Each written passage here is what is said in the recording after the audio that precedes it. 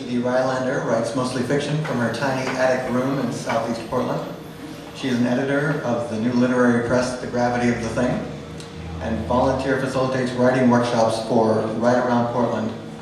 Her piece, Hovering, which you'll hear tonight, will be appearing in Thick Jam at the end of the month. Edie Rylander.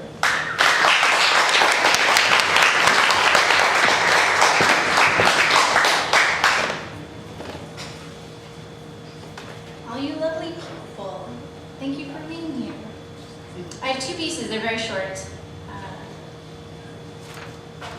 The first one is called Strange. We learned when we were young not to trust strangers. I disagree. Only trust strangers. Strangers are the relief of an empty pocket. Strangers are carte blanche. Strangers are crossroads where all the paths join together anyway, in the distance. That girl on the street just outside the subway's throat, blonde hair like summer grass across her temple, she is someone I would trust. I would kneel at her feet like a martyr, open my heart to her ripped lip stockings, and sing out my first breakup, or the last time I fell in love. The handlebarred man at the bar, eyes like resold shoes, I trust him implicitly. I would lean my head towards his greasy ears and whisper conspiratorially about why sex on a single mattress is so amazing and where to find the best hamburgers. I would tell him that my father left me 2 days after I exited my mother and ask the man, how could he have seen all my flaws that fast? Strangers know none of my secrets. They can't use the things I feel against me. I can thrust my heart upon them like tipping silver quarters into a jukebox. Oh, the songs, the dancing. I loved you more when you were a victim of my accidental circumstance. I approach those around me with a full heart, and only once I know them and they pierce that heart do I begin to leak that love around. It's a fucking mess. You, formerly stranger, stopped my flow of safely exported secrets when you kissed my mouth mid-sentence. We both got love in our shoes and up and down my back where you laid me in the grass. You knew my favorite flower. You learned what frightens me at night, and all the while I drift love like a leaking levee. My glance reveals barometric levels. At empty, you don't understand because that isn't how love is supposed to work. But by then, I am in a crowd of people so faceless, they are simply balloons on strings, and my heart is inflating with all that weightlessness. I gorge myself on anonymous air. This was not your fault, my dear. Your knowledge had too nimble teeth. Tonight you lift your face from your hands, a wet, alkaline mess. You look at me with eyes dark and open like a wailing mouth and say, we could have been so happy. In that moment, I love your sudden lack of understanding more than I have ever loved your body or your mind. It becomes a dear thing, briefly pitied, a dead songbird of naivety. We are human. We never would have been so happy.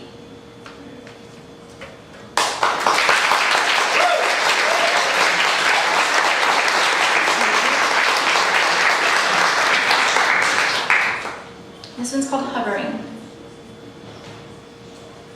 I'm lying in the bed we used to share.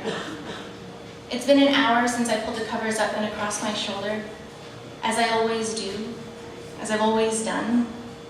I lift one hip with one leg up, knee perpendicular to my body in the bed. I lose length and gain width. I switch sides, I pause. It is because I pause that I suddenly understand that I am waiting for you. I am waiting for you to trot up the stairs. Your footsteps on stairs invented the word trod. I am waiting for you to fluff the covers out, a childhood habit that drives me nuts because I am already warm and comfortable, but you can't sleep until the covers have been lifted up to capture night air. I am waiting for the matchstick bones of you to stretch out beside me, spindles of skin and shape that are as familiar to me as locking up the house, as getting the mail. I am waiting for your weight to indent the mattress, but the scale remains raised. I hover too, waiting. That is when I realize we have broken up. Not because you are not here, Not because I know in my fragile paper skull that you won't be coming. I realize we have broken up because I am waiting. The pause becomes a cruel moment, a torn hangnail of a habit. What do I do with this space? What do I do with all this space? I get out of the bed. I get out of the bed because there is too much of a canyon there, and I am afraid I will fall in, feet kicking in fear. I am standing next to the bed, and the room itself swells like a gasping lung. Walls lunge away from me as though I am an open wound that must be avoided at all costs. They are not wrong. I am a pylon of radiating pain. Planes above divert their courses. They warn their occupants of turbulence. They share Morse code signals and jaded acknowledging nods. This, of course, has been seen before. My hurt is not unique. My hurt takes up the whole room. I am shorn, naked to the teeth of me. It's not my fault, I say out loud. Then to the bed, to the rumpled, unfluffed covers. It's not my fault. The bed and I are at an impasse. I want to howl. I want to clap my hands over my ears, over my eyes. I don't have enough hands. I want to pitch my throat back and howl. I squeeze my eyes tight like fists. I wait. The room lets go. The walls rebound. I look at the bed. It's just a bed. I climb back in. I pull the covers up and across my shoulder. The skies above me for now are calm. Planes glide through unrippled night, their passengers asleep and dreaming. Thank you.